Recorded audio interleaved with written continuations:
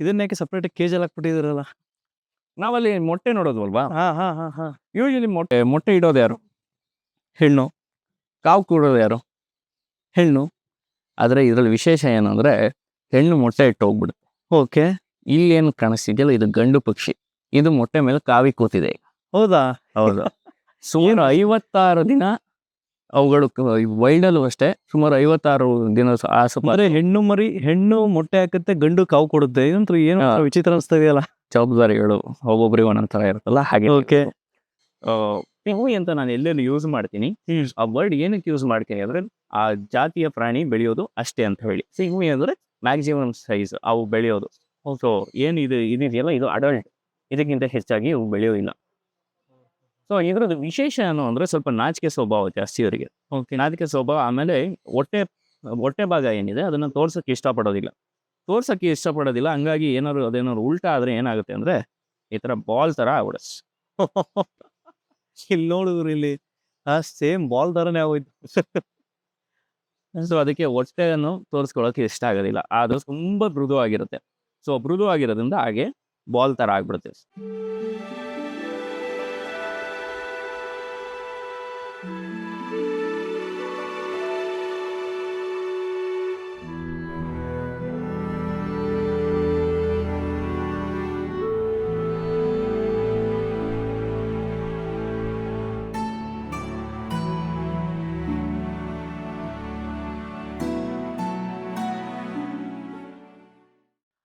Hi, hello, ನಮಸ್ಕಾರ. ಎಲ್ಲರೂ ಹೇಗಿದ್ದೀರಾ? ನಾನಂತೂ ಚೆನ್ನಾಗಿದ್ದೀನಿ. ನೀವು ತುಂಬ ಚೆನ್ನಾಗಿದ್ದೀರ ಅಂತ ಅಂದ್ಕೊಂಡಿದ್ದೀನಿ.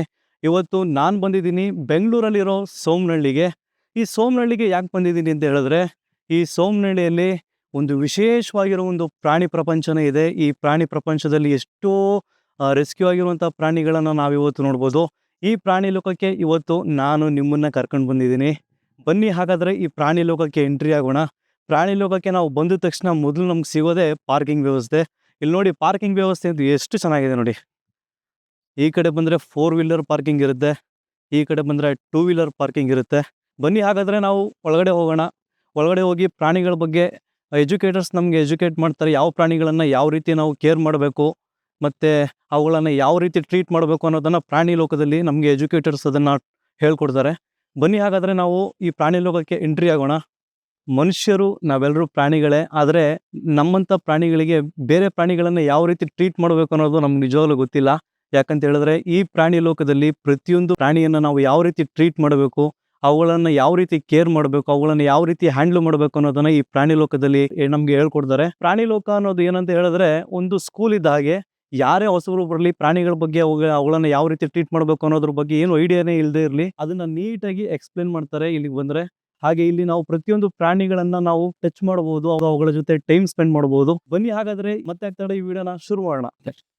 ಪ್ರಾಣಿ ಲೋಕಕ್ಕೆ ಎಂಟ್ರಿ ಆದ ತಕ್ಷಣನೇ ಈ ಕಡೆ ಬಂದ ತಕ್ಷಣ ನೋಡಿ, ಇಲ್ಲಿ ಇದು ಬಂದು ಟಿಕೆಟ್ ಕೌಂಟರ್ ಆಗಿರುತ್ತೆ.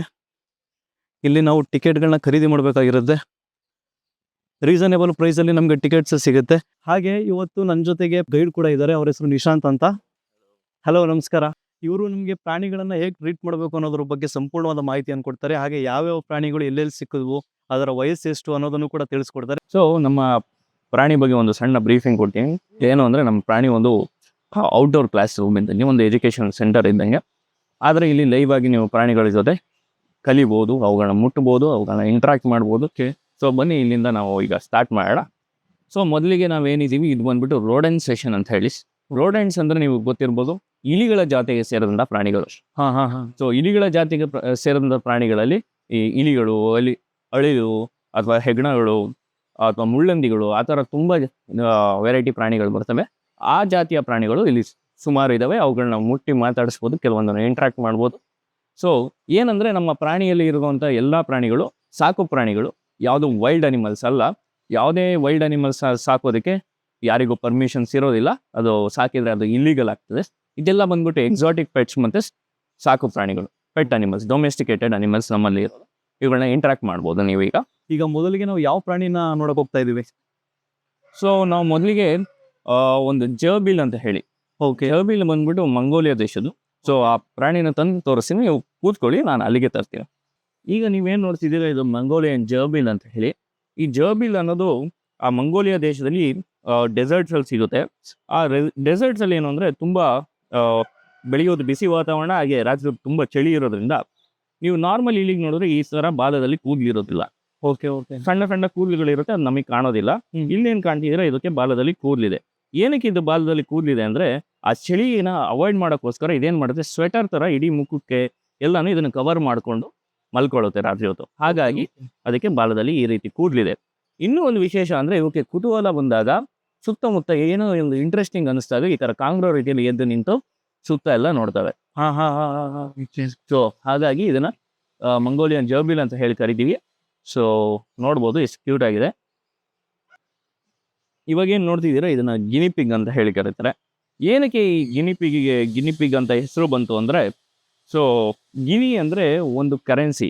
ಮುಂಚೆ ಗಿನಿ ಅನ್ನೋದೊಂದು ಕರೆನ್ಸಿ, ಒಂದು ಗಿನಿಗೆ ಇದನ್ನ ಮಾರಾಟ ಮಾಡ್ತಿದ್ರು. ಹಾಗಾಗಿ ಇದನ್ನ ಗಿನಿ ಅನ್ನೋ ಹೆಸರು ಬಂತು. ಪಿಗ್ ಅಂತ ಏನಕ್ಕೆ ಹೇಳ್ತೀವಿ ಅಂದ್ರೆ, ಇದು ಸಣ್ಣದಾಗಿ ಹಂದಿಗಳ ತರ ಒಂದು ಸಣ್ಣ ನಾಯ್ಸ್ ಮಾಡುತ್ತೆ, ಅದಕ್ಕೋಸ್ಕರ ಗಿನಿ ಪಿಗ್ ಅಂತ ಹೆಸರು ಬಂತು. ಇದು ಬಂದ್ಬಿಟ್ಟು ಏನೋ ವಿಶೇಷ ಏನು ಅಂದ್ರೆ, ಹೊರಗಡೆ ಗ್ರಾಸ್ ಲ್ಯಾಂಡ್ಸ್ ಅಲ್ಲಿ ಮತ್ತೊಂದು ಎಲ್ಲ ಇರ್ಬೇಕಾದ್ರೆ ಇವುಗಳು ಬೇರೆ ಪ್ರಾಣಿಗಳಿಗೆ ಈಸಿಯಾಗಿ ಅಲರ್ಟ್ ಆಗಿದೀವಿ ಅಂತ ತೋರಿಸ್ಕೊಳ್ಳೋಕೆ ಕಣ್ಣು ಬಿಟ್ಕೊಂಡು ಕೂಡ ನಿದ್ದೆ ಮಾಡ್ಬೋದು ಇವರು. ಹೌದಾ? ಹಾಗೇನೆ ಇನ್ನೂ ಕಣ್ಮುಟ್ಕೊಂಡು ನಿದ್ದೆ ಮಾಡ್ತಾ ಇದೆ ಈಗಲೂ. ಹಾಗೆ ಇದು ಕಂಪ್ಲೀಟ್ ಸಸ್ಯಾಹಾರಿ. ಸೊ ಹಣ್ಣು ತರಕಾರಿ ಅಥವಾ ಸೊಪ್ಪುಗಳು ಅಂಥದನ್ನ ತಿನ್ಕೊಂಡು ಬದುಕುತ್ತೆ. ಇನ್ನೂ ಒಂದು ವಿಶೇಷ ಏನು ಅಂದ್ರೆ, ಇದನ್ನ ಟೈಲ್ಲೆಸ್ ರೋಡೆಂಟ್ ಅಂತ ಹೇಳ್ತಾರೆ. ಇದಕ್ಕೆ ಬಾಲ ಇರೋದಿಲ್ಲ. ಸೊ ಹಾಗಾಗಿ ಇದನ್ನ ಟೈಲ್ಲೆಸ್ ರೋಡೆಂಟ್ ಅಂತ ಕೂಡ ಕರೀತಾರೆ. ಸೊ ಇವುಗಳ ಕಾಲನ್ನ ಅಬ್ಸರ್ವ್ ಮಾಡಿದ್ರೆ ಹಿಂದೆಗಡೆ ಕಾಲಲ್ಲಿ 3 ಬೆರಳುಗಳಿದ್ರೆ ಮುಂದೆಗಡೆ ಕಾಲಲ್ಲಿ 4 ಬೆರಳುಗಳು ಇರುತ್ತೆ. ಇನ್ನೊಂದು ವಿಶೇಷ ಏನಂದ್ರೆ, ಇಲಿಗಳ ಜಾತಿಯಲ್ಲಿ ಮರಿಗಳು ಮರಿ ಹಾಕಿದಾಗ ಎಲ್ಲ ಪಿಂಕೀಸ್ ಅಂದ್ರೆ ಚರ್ಮ ಇರೋದಿಲ್ಲ, ಕಣ್ಣು ಬಿಟ್ಟಿರೋದಿಲ್ಲ, ಆ ಸ್ಟೇಜಲ್ಲಿ ಹುಟ್ಟುತ್ತೆ. ಆದ್ರೆ ಇದ್ರದ್ದು ವಿಶೇಷ ಏನಂದ್ರೆ, ಹುಟ್ಟಿದಾಗಲೇ ಅವುಗಳಿಗೆ ಮೈ ಮೇಲೆ ಕೂದಲು ಇರುತ್ತೆ, ಕಣ್ಣು ಕೂಡ ಬಿಟ್ಟಿರುತ್ತೆ. ಸೊ ಹುಟ್ಟಿದ ಸ್ವಲ್ಪ ಹೊತ್ತಲ್ಲೇ ಓಡಾಡ್ಬೋದು, ಹಾಗೆ ತನ್ನ ತಾಯಿಯ ಹಾಲನ್ನು ಕುಡಿದು ಓಡಾಡಕ್ಕೆ ಶುರು ಮಾಡುತ್ತೆ. ಸೊ ನೀವು ಇಲ್ಲೊಂದು ಪ್ರಾಣಿ ನೋಡ್ತಾ ಇದ್ದೀರಾ. ಸೊ ಈ ಪ್ರಾಣಿ ಯಾವುದು ಅಂತ ಹೇಳ್ಬೋದಾ ನೀವು, ಯಾವ ತರ ಕಾಣಿಸ್ತಿದೆ ಅಂತ? ಈ ಪ್ರಾಣಿ ನೋಡೋದಕ್ಕೆ ಸೇಮ್ ಮುಳ್ಳಂದಿ ತರನೇ ಇದೆ. ಯಾಕಂತ ಹೇಳಿದ್ರೆ ಮೈ ಮೇಲೆಲ್ಲ ಮುಳ್ಳಿರೋ ತರನೇ ಅನಿಸ್ತಾ ಇದೆ ಫೀಲ್ ನನಗೆ. ಸೊ ಈ ಪ್ರಾಣಿ ಬಂದ್ಬಿಟ್ಟು ಮುಳ್ಳಂದಿ ಅಲ್ಲ, ಮುಳ್ಳಂದಿ ಮರಿನೂ ಅಲ್ಲ. ಇದು ಬಂದ್ಬಿಟ್ಟು ಆಫ್ರಿಕನ್ ಪಿಗ್ಮಿ ಹೆಡ್ಜಾಗ್ ಅಂತ ಹೇಳಿ. ಓಕೆ. ಈ ಆಫ್ರಿಕನ್ ಪಿಗ್ಮಿ ಹೆಡ್ಜಾಗ್ ಅಂದ್ರೆ ನೋಡಿ, ಈ ಮುಖ ಈ ರೀತಿ ಇರುತ್ತೆ. ಈ ಮೈನ ಕೆಳಗಡೆ ಮೃದು ಭಾಗ ಏನಿದೆ, ಕೆಳಗಡೆ ಎಲ್ಲ ಫುಲ್ ಮೃದುವಾಗಿರುತ್ತೆ, ಮೇಲ್ಗಡೆ ಮುಳ್ಳಿನ ರೀತಿಯಲ್ಲಿ ಇರುತ್ತೆ. ಮುಳ್ಳಂದಿಗೂ ಇದಕ್ಕೆಲ್ಲ ಏನು ವ್ಯತ್ಯಾಸ ಅಂದ್ರೆ, ಮುಳ್ಳಂದಿ ಹೇಳ್ಬೇಕು ಅಂದ್ರೆ ಅದು ಇಲಿಗಳ ಜಾತಿಗೆ ಸೇರಿದ್ದು, ಆದ್ರೆ ಇದು ಇಲಿಗಳ ಜಾತಿಗೆ ಸೇರಿದಲ್ಲ. ಸೊ ಮುಳ್ಳಂದಿ ಬಂದ್ಬಿಟ್ಟು ಸುಮಾರು ಒಂದು ಬೆಕ್ಕಿಗಿಂತ ದೊಡ್ಡದಾಗಿ ಬೆಳಿಬೋದು, ಅಷ್ಟು ದೊಡ್ಡದಾಗಿ ಬೆಳೀತದೆ. ಹಾಗೆ ಅವು ಏನು ಅಂದ್ರೆ, ಮುಳ್ಳನ್ನ ಯಾವುದೋ ಒಂದು ಪ್ರಾಣಿ ತೊಂದರೆ ಆದಾಗ ಮುಳ್ಳನ್ನ ಚುಚ್ಚಿ ಬಿಟ್ಬಿಡ್ಬೋದು. ಆದರೆ ಈ ಪ್ರಾಣಿಯಲ್ಲಿ ಮುಳ್ಳನ್ನು ಬಿಡೋಸಕ್ಕಾಗೋದಿಲ್ಲ. ಸೊ ಏನಾಗುತ್ತೆ ಅಂದರೆ, ಈ ಆಫ್ರಿಕನ್ ಪಿಗ್ಮಿ ಹೆಡ್ಜಾಗ್ ಬಂದ್ಬಿಟ್ಟು ಪಿಗ್ಮಿ ಅಂತ ನಾನು ಎಲ್ಲೆಲ್ಲಿ ಯೂಸ್ ಮಾಡ್ತೀನಿ, ಆ ವರ್ಡ್ ಏನಕ್ಕೆ ಯೂಸ್ ಮಾಡ್ತೀನಿ ಅಂದರೆ, ಆ ಜಾತಿಯ ಪ್ರಾಣಿ ಬೆಳೆಯೋದು ಅಷ್ಟೇ ಅಂತ ಹೇಳಿ. ಪಿಗ್ಮಿ ಅಂದರೆ ಮ್ಯಾಕ್ಸಿಮಮ್ ಸೈಜ್ ಅವು ಬೆಳೆಯೋದು. ಸೊ ಏನು ಇದೆಯಲ್ಲ, ಇದು ಅಡಲ್ಟ್, ಇದಕ್ಕಿಂತ ಹೆಚ್ಚಾಗಿ ಇವು ಬೆಳೆಯೋದಿಲ್ಲ. ಸೊ ಇದ್ರದ್ದು ವಿಶೇಷ ಏನು ಅಂದರೆ, ಸ್ವಲ್ಪ ನಾಚಿಕೆ ಸ್ವಭಾವ ಜಾಸ್ತಿ ಅವರಿಗೆ. ನಾಚಿಕೆ ಸ್ವಭಾವ. ಆಮೇಲೆ ಹೊಟ್ಟೆ ಭಾಗ ಏನಿದೆ ಅದನ್ನು ತೋರ್ಸೋಕ್ಕೆ ಇಷ್ಟಪಡೋದಿಲ್ಲ. ಹಂಗಾಗಿ ಅದೇನಾದ್ರು ಉಲ್ಟಾ ಆದರೆ ಏನಾಗುತ್ತೆ ಅಂದರೆ, ಈ ಥರ ಬಾಲ್ ಥರ ಆಗ್ಬಿಡುತ್ತೆ. ಇಲ್ಲಿ ನೋಡಿದ್ರು, ಇಲ್ಲಿ ಸೇಮ್ ಬಾಲ್ ಥರನೇ ಆಗೋಯ್ತು. ಸೊ ಅದಕ್ಕೆ ಹೊಟ್ಟೆಯನ್ನು ತೋರಿಸ್ಕೊಳ್ಳೋಕೆ ಇಷ್ಟ ಆಗೋದಿಲ್ಲ. ಅದು ತುಂಬ ಮೃದುವಾಗಿರುತ್ತೆ. ಸೊ ಮೃದುವಾಗಿರೋದ್ರಿಂದ ಹಾಗೆ ಬಾಲ್ ಥರ ಆಗ್ಬಿಡುತ್ತೆ. ಸೊ ಬಾಲ್ ಥರ ಆದಾಗ ಏನಾಗುತ್ತೆ, ಈ ಮುಳ್ಳುಗಳೆಲ್ಲ ಏನಿದೆ ಇದು ಎದ್ದು ನಿಂತ್ಕೊಳ್ಳುತ್ತೆ ತುಂಬ ಗಟ್ಟಿಯಾಗಿ. ಆಗ ನಾವೇನಾದ್ರು ಮುಟ್ಟಕೋರೆ ಚುಚ್ಚಿಬಿಡ್ಬೋದು. ಯಪ್ಪ, ಸೇಮ್ ಮುಳ್ಳೆ ಇದು. ಒಂದು ಟೂತ್ ಬ್ರಷ್ ಅಥವಾ ಆ ಥರ ಸೇಮ್ ಟೂತ್ ಬ್ರಷ್ ಅಲ್ಲಿ ಹೇಗಿರುತ್ತೆ ನೋಡಿ, ಹಂಗೇನೆ ಇದೆ. ಆಕ್ಚುಲಿ ನಾವೇನೋ ಈ ಕಡೆಯಿಂದ ಸಾವಿರದ್ರಂತೂ ನಮ್ಮ ಕೈ ಡ್ಯಾಮೇಜ್ ಆಗೋದು ಗ್ಯಾರಂಟಿ. ನೋಡಿ, ಅದ್ರ ಕೆಳಭಾಗ ತುಂಬಾ ಸ್ಮೂತ್ ಆಗಿರುತ್ತಾ? ತುಂಬಾ ಸಾಫ್ಟ್ ಆಗಿರುತ್ತೆ. ಅದಕ್ಕೆ ಅದನ್ನ ತೋರಿಸ್ಕೊಳ್ಳೋದಕ್ಕೆ ಇಷ್ಟಪಡೋದಿಲ್ಲ, ಅದು ನಾಚಿಕೆ ಇದೆ. ಓಕೆ. ಈಗ ನಾವು ಹೋಗ್ತಾ ಇದೀವಿ ಪ್ರಾಣಿ ಲೋಕದಲ್ಲಿರೋ 4ನೇ ಪ್ರಾಣಿಯನ್ನು ನೋಡೋದಕ್ಕೆ. ಅದು ಇಗ್ವಾನ್ ಆಗಿರುತ್ತೆ. ಬನ್ನಿ, ಹೇಗಿದೆ ತೋರಿಸ್ತೀನಿ ನೋಡಿ. ಇಲ್ಲಿ ನಿಮಗೆ ಯಾವುದಕ್ಕೆ ವಿಷ ಇದೆ, ಯಾವುದಕ್ಕೆ ವಿಷ ಇಲ್ಲ ಅಂತ ತಿಳ್ಕೊಳ್ಳೋದು ಭಾರಿ ಕಷ್ಟ ಆಗುತ್ತೆ. ಸೊ 85% ರೆಪ್ಟೈಲ್ಸ್ ಇಡೀ ಪ್ರಪಂಚದಲ್ಲಿ ವಿಷ ಇರೋದಿಲ್ಲ. ವಿಷ ಇಲ್ದಿರೋರು ಹೇಗೆ ಜೀವನ ಮಾಡ್ತಾರೆ ಅಂತ ಅಂದ್ರೆ, ಇದರ ಅವರು ನೋಡ್ಲಿಕ್ಕೆ ವಿಷ ಇರೋ ಪ್ರಾಣಿ ತರ ಮಿಮಿಕ್ರಿ ಮಾಡ್ಬೇಕಾಗುತ್ತೆ, ಇಲ್ಲ ಅಂದ್ರೆ ಮೈ ಮೇಲೆ ಆದಷ್ಟು ಸ್ಕೇರಿಯಾಗಿ ಕಾಣಲಿಕ್ಕೆ ಭಯ ಪಡಿಸೋದಕ್ಕೆ ಕೆಲವೊಂದು ಸ್ಟ್ರಕ್ಚರ್ಸ್ ಡೆವಲಪ್ ಮಾಡ್ಕೊಳ್ಬೇಕಾಗುತ್ತೆ. ಸೊ ಇವರು ಮರದ ಮೇಲೆ ಇರೋದ್ರಿಂದ ಇವ್ರಿಗೆ ಪಕ್ಷಿಗಳು ಬಂದು ಇವ್ರನ್ನ ಎತ್ಕೊಂಡು ಹೋಗುವಂತ ಚಾನ್ಸಸ್ಗಳು ಜಾಸ್ತಿ ಇರುತ್ತೆ. ಈ ಹದ್ದು ಅಂತ ಪ್ರಾಣಿಗಳು. ಸೊ ಅದಕ್ಕೆ ಏನ್ ಮಾಡ್ತಾರೆ ಅಂತ ಅಂದ್ರೆ ಮೈ ಮೇಲೆ ಸೂಡೋ ಸ್ಪೈಕ್ಸ್ ಅಂತ ಡೆವಲಪ್ ಮಾಡ್ಕೊಂತಾರೆ. ಸೂಡೋ ಅಂದ್ರೆ ಫೇಕ್. ಇದು ನೋಡ್ಲಿಕ್ಕೆ ಮುಳ್ ತರ ಕಾಣುತ್ತೆ, ಬಟ್ ಅದು ಆಕ್ಚುಲಿ ಶಾರ್ಪ್ ಇರೋದಿಲ್ಲ. ಸೊ ಪಕ್ಷಿಗಳು ಮೇಲಿಂದ ನೋಡಿದಾಗ ಓ ಇದ್ಯಾವುದೋ ಮುಳ್ಳಿದೆ ಅಂತ ಹೇಳಿ ಸುಮ್ಮನೆ ಕನ್ಫ್ಯೂಸ್ ಆಗಿ ಹೊರಟೋಗ್ತಾರೆ.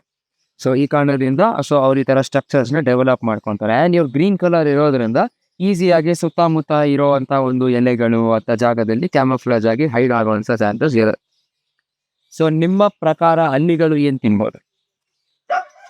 ಅವು ಹುಳಗಳನ್ನ ಜಾಸ್ತಿ, ಕ್ರಿಮಿಕೀಟಗಳು ಹೆಚ್ಚಾಗಿ ತಿಂತವೆ. ಕ್ರಿಮಿಕೀಟ ಅಂದ್ರೆ ಸಣ್ಣ ಪುಟ್ಟ ಪ್ರಾಣಿಗಳನ್ನ ತಿನ್ನೋ ಚಾನ್ಸಸ್ ಇರುತ್ತೆ. ಹೌದು. ಆದ್ರೆ ಇಗ್ವಾನಾಗಳು ಸಸ್ಯಾಹಾರಿ ಹಲ್ಲಿ. ಹೌದಾ? ಇವರು ಮರದ ಮೇಲೆ ಇರೋದ್ರಿಂದ ಇವ್ರದ್ದು ಮೇಜರ್ ಊಟ ಬಂದು ಎಲೆ ಮತ್ತೆ ಹೂವು. Okay. ದಾಸವಾಳ ಹೂವು ನಾವೇನ್ ನೋಡ್ತೀವಿ ಅಲ್ವಾ, ಅದು ಇವ್ರದ್ದು ಒನ್ ಆಫ್ ದ ಫೇವ್ರೇಟ್ ಊಟ ಅಂತಾನೆ ಹೇಳಿ.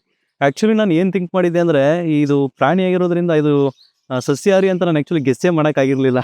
ಸೊ ಕ್ರಿಮಿಕೀಟಗಳನ್ನೇ ತಿನ್ನುತ್ತೆ ಅಂತ ಅನ್ಕೊಂಡಿದ್ದೆ. ಅದರಿಂದಾನೇ ನಾವೇನ್ ಮಾಡ್ಬೇಕು ಅಂತ ಅಂದ್ರೆ ಪ್ರತಿಯೊಂದು ರೆಪ್ಟೈಲ್ಸ್ಗೂ ಸಹ ವಿಷ ಇದೆ ಅಂತ ತಿಳ್ಕೊಂಡು ದೂರ ಇಟ್ಬಿಡ್ಬೇಕು. ಓಕೆ, ಹಂಗಾದ್ರೆ ಇದು ಕಚ್ಚಿದ್ರೆ ಏನು ಆಗೋದಿಲ್ವಾ ಇದು? ಇದಕ್ಕೆ ಏನ್ ಆಗೋದಿಲ್ಲ. ಕಚ್ಚಿದ್ರೆ ಒಂದು ಗಾಯ ಆಗುತ್ತೆ ನಮ್ಗೆ. ಹೇಗೆ ಈ ಮುಳ್ಳು ತರ್ಚಿದ್ರೆ ಆಗುತ್ತೆ ಅಥವಾ ಸೆಕ್ ಕಚ್ಚಿದ್ರೆ ಆಗುತ್ತೆ, ಆ ಥರ ಗಾಯ ಆಗುತ್ತೆ. ಅಂದ್ರೆ ಯಾವುದೇ ರೀತಿ ಟ್ರೀಟ್ಮೆಂಟ್ ತಗೊಳ್ಳೋ ಅವಶ್ಯಕತೆ ಇಲ್ಲ. ಏನೂ ಇಲ್ಲ. ಸೊ ಒಂದು ಟ್ರೀಟ್ಮೆಂಟ್ ತಗೊಂಡ್ಬೋದು. ಅದೇನಂದ್ರೆ ಟೆಟನಸ್, ಯಾವುದೇ ಇನ್ಫೆಕ್ಷನ್ ಏನೋ ಆಗ್ಬಾರ್ದು ಅಂತ ಒಂದು ಫಸ್ಟ್ ಏಡ್ ತಗೊಂಡ್ಬೇಕಾಗ್ತದೆ. ಓಕೆ. ಬಟ್ ಇವ್ರಿಗೆ ನಂಜು ಅಥವಾ ವಿಷ ಏನು ಇಲ್ಲದೆ ಇರೋದರಿಂದ ಇಟ್ಸ್ ಸೇಫ್. ಸೊ ಇದೇನಾಗುತ್ತೆ ಅಂತ ಅಂದ್ರೆ ಈ ಪರ್ಟಿಕ್ಯುಲರ್ ಇಗ್ವಾನಾನ ನಾವು ನಮ್ಮ ಬ್ಯಾಂಗ್ಳೂರ್ ಏರ್ಪೋರ್ಟ್ ನಲ್ಲಿ ರೆಸ್ಕ್ಯೂ ಮಾಡಿರೋದು. ಸೊ ನಮ್ಗೆ ಇದೊಂದು 4-5 years ಬ್ಯಾಕ್ ಒಂದು ಕರೆ ಬರುತ್ತೆ. ಯಾರೋ ಒಬ್ರು ಏರ್ಪೋರ್ಟ್ ನಲ್ಲಿ ಕಲರ್ ಹಲ್ಲಿಗಳು ಸಿಕ್ಕಿದೆ ನಮ್ಗೆ ಬ್ಯಾಗ್ ಅಲ್ಲಿ ಸರಿ ಹೇಳಿ. ಸೊ ಅಲ್ಲಿ ಹೋಗಿ ನೋಡಿದಾಗ ಸುಟ್ಕೇಸ್ ನಲ್ಲಿ ಈ ತರ ಸಣ್ಣ iguana. ಅಂದ್ರೆ ಬೇರೆ ಕಡೆ ಎಕ್ಸ್ಪೋರ್ಟ್ ಮಾಡ್ತಾ ಇದ್ರ ಇದನ್ನ? ಬೇರೆ ಕಡೆಯಿಂದ ಇಂಡಿಯಾಗೆ ಬರ್ತಾ ಇತ್ತು. ಅದು ಬೆಂಗಳೂರಿಗೆ ಬಂದಿತ್ತು. ಓಕೆ. ಸೊ ಇದ್ರ ಜೊತೆ ಇಂಟ್ರಾಕ್ಟ್ ಮಾಡ್ಬೋದು. ಇನ್ ಜನರಲ್ ಆನಿಮಲ್ ರೂಲ್ಸ್ ಏನಂತ ಅಂದ್ರೆ ತಲೆ, ಕಾಲು ಮತ್ತೆ ಬಾಲ ಇದು ಅವ್ರಿಗೆ ಒಂಥರ ಪ್ರೈವೇಟ್ ಪಾರ್ಟ್ ಇದ್ದ ಹಾಗೆ. ಮೂವ್ಮೆಂಟ್ಸ್ಗೆ ಹೆಲ್ಪ್ ಮಾಡುತ್ತೆ, ಸೆನ್ಸರ್ಸ್ಗೆ ಹೆಲ್ಪ್ ಮಾಡುತ್ತೆ. ಸೊ ಅಲ್ಲಿ ಮುಟ್ಟಿದ್ರೆ ಅವ್ರಿಗೆ ಯೂಸಲಿ ಇಷ್ಟ ಆಗೋದಿಲ್ಲ. ಸೊ ನಿಧಾನಕ್ಕೆ ಈ ಸೈಡ್ಸ್ ಆಫ್ ದ ಬಾಡಿ ನೀವೇನ್ ನೋಡ್ತಾ ಇದ್ದೀರಾ ಹೊಟ್ಟೆ, ಅಲ್ಲಿ ಮುಟ್ಟಿದ್ರೆ ಅವ್ರಿಗೆ ಯಾರು ಅಪ್ರೋಚ್ ಮಾಡ್ತಾ ಇದ್ದಾರೆ ಅಂತ ಸಹ ಕಾಣಿಸುತ್ತೆ. ಅಂಡ್ ಅಲ್ಲಿ ಅವ್ರಿಗೇನು ಥ್ರೆಟ್ ಫೀಲ್ ಆಗೋದಿಲ್ಲ. ಸೊ ನೀವಿಲ್ಲಿ ಸೈಡ್ ಆಫ್ ದ ಬಾರ್ಡ್ಸ್ ಅಲ್ಲಿ ಬಂದು ಮುಟ್ಬೋದು. ಓಕೆ. ಇವಾಗ ನಾನು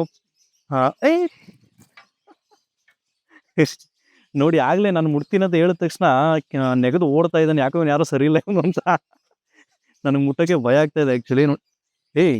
ಏನು ಸಾಫ್ಟ್ ಆಗಿದೆ ಗುರು. ಹೊಟ್ಟೆ ಒಳಗಿರೋ ಬೋಟಿ, ಕಿಡ್ನಿ, ಕಲೀಜ ಎಲ್ಲ ಮುಟ್ತಾ ಇದ್ದೀನಿ ಅನ್ನೋ ಅನಿಸ್ತಾ ಇದೆ ನನಗೆ. ಎಲ್ಲ ಹೋಗ್ತಾ ಇದೆಯಾ? ಆ್ಯಕ್ಚುಲಿ ಇದ್ರ ಬಾಲ ಬಂದು ತುಂಬ ಪವರ್ಫುಲ್ ಆಗಿರುತ್ತೆ ಅಂತ ಹೇಳ್ತಾರೆ. ಹೌದು. ಸೊ ಇದ್ರ ಬಾಲದಲ್ಲಿ ಏನಂತ ಅಂದ್ರೆ ಇವ್ರು ತಿನ್ನೋ ಊಟ ಎಲ್ಲ ಇನ್ ಜನರಲ್ ಅದ್ರದ್ದು ಇರುವಂತ ಫ್ಯಾಟ್ಸ್ ಆಗ್ಲಿ ಮಸಲ್ಸ್ ಆಗ್ಲಿ ಅದು ಬಾಲದಲ್ಲಿ ಸ್ಟೋರ್ ಮಾಡ್ಕೊಳ್ಳುತ್ತೆ. ಓಕೆ. ನೀವು ಮೊಸಳೆ ನೋಡಿರ್ಬೋದು ಅಲ್ವಾ, ಮೊಸಳೆನಲ್ಲಿ ಬಾಲದಲ್ಲಿ ಸ್ಟ್ರೆಂತ್ ಇರುತ್ತೆ, ಖಂಡಿತ. ಆಮೇಲೆ ಯೂಸ್ ಮಾಡುತ್ತೆ ಮೂವ್ಮೆಂಟ್ ಗೆ. ಸೊ ಇವರು ಇರು ನಾನು ಮುಟ್ಬೇಕು, ಇನ್ನು ಎಲ್ಲ ಹೋಗ್ತಾ ಇದೆಯಾ? ಅಂಡ್ ಇನ್ನೂ ಒಂದ್ ಏನಂತ ಅಂದ್ರೆ ಈ ಪ್ರೆಡೇಟರ್ಸ್ ಯಾರಾದ್ರೂ ಹತ್ರ ಬಂದಾಗ ಬರೀ ಮಸಲ್ಸ್ ಇರೋದ್ರಿಂದ ಸ್ಟ್ರಾಂಗ್ ಆಗಿರುತ್ತೆ. ಸೊ ಅವ್ರು ಅದರಿಂದ ಓಡಿಸುವಂತ ಚಾನ್ಸಸ್ ಸಹ ಇರುತ್ತೆ. ಅದೇ ನಾವೇನಾದ್ರೂ ಅಡಲ್ಟ್ ಇಗ್ವಾನ 6 ಅಡಿ 7 ಅಡಿ ಬೆಳೆದಿರುವಂತ ಇಗ್ವಾನ ಇಂದ ನಾವೇನಾದ್ರೂ ಒದೆ ತಿಂದ್ರೆ ನಮ್ದು ಮೂಳೆಗಳೆಲ್ಲಾನು ಡಿಸ್ಲೊಕೇಟ್ ಆಗೋ ಚಾನ್ಸಸ್ ಸಹ ಇದೆ. ಅಷ್ಟೊಂದು ಪವರ್ಫುಲ್ ಆಗಿರುತ್ತೆ ಇದ್ರ ಬಲ. ಹೌದು. ಯಾಕಂದ್ರೆ ಅವ್ರಿಗೆ ಅಟ್ಲೀಸ್ಟ್ ಅದೊಂದು ವಿಷ ಇರೋದಿಲ್ಲ, ನಂಜಿರೋದಿಲ್ಲ. ಸೊ ಬೇರೆ ಏನಾದ್ರು ಪ್ರೊಟೆಕ್ಷನ್ ಬೇಕೇ ಬೇಕಲ್ವಾ. ನೋಡಕ್ ಮಾತ್ರ ಭಯಂಕರವಾಗಿ ಕಾಣುತ್ತೆ, ಬಟ್ ಹತ್ರ ಬಂದ್ಮೇಲೆ ಏನ್ ಮಾಡ್ಬೋದು, ಸೊ ತೈಲಿಂದ ಅವ್ರನ್ನ ಜಿಪ್ ಮಾಡಿ ಕಳಿಸ್ತಾರೆ. ಈಗ ನನಗೇನು ಹೊಡೆಯಲ್ಲ ತಾನೇ ಇದು. ಸೊ ಇವ್ರು ಫೆಕ್ಸ್ ಅಲ್ವಾ, ಜನ ಸಾಕಿರೋದ್ರಿಂದ ಇವರು ಹುಟ್ಟಿದಾಗಿಂದ ಜನರಿಗೆ ನೋಡಿರ್ತಾರೆ. ಓಕೆ. ಜನರಿಂದ ಏನೋ ಥ್ರೆಟ್ ಅನ್ನೋದು. ಇದು ನಿಮ್ಗೆ ಸಿಕ್ತಾಗ ಎಷ್ಟು ವರ್ಷ ವಯಸ್ಸಾಗಿತ್ತು ಇದಕ್ಕೆ? ತುಂಬಾ ಚಿಕ್ಕದು. ನೋಡಿ ನಾವೇನ್ ಮಾತಾಡ್ತಾ ಇದೀವಿ ಅದನ್ನೆಲ್ಲ ನೀಟಾಗಿ ಕೇಳಿಸ್ಕೊತಾ ಇದ್ದಾನೆ. ಸೊ ಮೋಸ್ಟ್ಲಿ ಏನೋ ಹೊಟ್ಟೆ ಹಸಿತಾ ಇದೆ ಅಂತ ಕಾಣುತ್ತೆ. ಆಗಿಂದ ಓಡೋಗಿ ನೋಡ್ತಾ ಇದ್ದಾನೆ ಎಲ್ಲ. ಇವರೆಲ್ಲ ಶೀತ ರಕ್ತ ಪ್ರಾಣಿ. ಅದ್ರ ಬಾಡಿ ಹೀಟ್ ಮಾಡ್ಕೊಳ್ಳೋದಕ್ಕೋಸ್ಕರ ಹೋಗಿ ಸೇರ್ಕೊಳ್ಳುತ್ತೆ. ಓಕೆ. ಸೊ ಬೇರೆ ಸೋರ್ಸಸ್ ಇಂದಾನೆ ತಗೊಂಡ್ಬೇಕು. ಸೊ ಇವರಿಗೆ ಈ ಕಡೆ ಅಕ್ಕಪಕ್ಕ ಬಿಸಿಲಿರೋದು ಕಾಣಿಸ್ತಾ ಇರೋದ್ರಿಂದ ಸೊ ಬಿಸಿಲಿಗೆ ಅದಕ್ಕೆ ಅನ್ಸುತ್ತೆ ಆಗಿಂದ ಇದು ಓಡೋಗಿ ಟ್ರೈ ಮಾಡ್ತಾ ಇದೆ. ಯಾಕಂತ ಹೇಳಿದ್ರೆ ಇದಕ್ಕೆ ಸ್ವಲ್ಪ ತಣ್ಣಗಂತ ಅನಿಸ್ತಾ ಇರ್ಬೋದು ಇದಕ್ಕೆ ಫೀಲು. ಹಾಗಾಗಿ ಇದು ಬಿಸಿಲಿಗೆ ಓಡೋಗೋದಕ್ಕೆ ಟ್ರೈ ಮಾಡ್ತಾ ಇದೆ ಆಗಿಂದ. ನೋಡಿ ಗುರು, ಇಲ್ಲಿ ಇವತ್ತು ಇಗ್ವಾನನ ಲೈಫಲ್ಲಿ ಫಸ್ಟ್ ಟೈಮ್ ಇಷ್ಟು ದೊಡ್ಡ ಇಗ್ವಾನನ ನಾನು ಎತ್ಕೋತಾ ಇರೋದು. ನನಗಂತೂ ತುಂಬಾ ಓಡೋಣ, ನನ್ನ ಹತ್ರ ನಿಲ್ತಾನೆ ಇಲ್ಲ ಆಗಿಂದ. ಸೊ ಅದ ನೀವು ಫಸ್ಟ್ ಟೈಮ್ ಮೀಟ್ ಮಾಡ್ತಾ ಇರ್ತೀರಾ ಅಲ್ವಾ, ಯಾರು ಏನು ಗೊತ್ತಿರೋದಿಲ್ಲ. ನಾವ್ ಎವ್ರಿ ಡೇ ಇಂಟ್ರಾಕ್ಟ್ ಮಾಡೋದ್ರಿಂದ ನಮ್ಮ ಮೇಲೆ ಸ್ವಲ್ಪ ನಂಬಿಕೆ ಅನ್ನೋದು ಜಾಸ್ತಿ ಇರುತ್ತೆ. ನಾನ್ ನೋಡಕ್ಕೆ ಕರ್ರು ಇದನ್ನಲ್ಲ, ಅದಕ್ಕೆ ಮೋಸ್ಟ್ಲಿ ಕಳ್ಳ ಅಂತ ಅನ್ಕೊಬಿಟ್ಟಿರ್ಬೇಕೇನೋ ಇದು. ಇಲ್ಲ ನಾನು ನಿಮ್ ತರ ಕರಿ ಬಟ್ಟೆ ಹಾಕೊಂಬಂದ್ರೆ ಹತ್ಕೋಬೋದೇನೋ ನನ್ ಮೇಲೆ. ಗೊತ್ತಿಲ್ಲ. ಫ್ಲಾಟ್ ಮಾಡಿ ನೀವೇನು ಮೂವ್ಮೆಂಟ್ ಮಾಡಕ್ ಹೋಗ್ಬಿಡಿ. ಒಂದ್ ಮರ ಕೆರಾಯಿಸಿ ಅವರು ರೆಸ್ಟ್ ತಗೊಂಡ್ ಅಷ್ಟೇ. ಬಾಲ ನೋಡಿದ್ರೆ ಭಯ ಆಗ್ತಾ ಇದೆ. ಸೂಪರ್ ಗುರು. ಅಂತಮ್ಮ ಏನು ಮಾಡ್ಬೇಡ ಕಣೋ.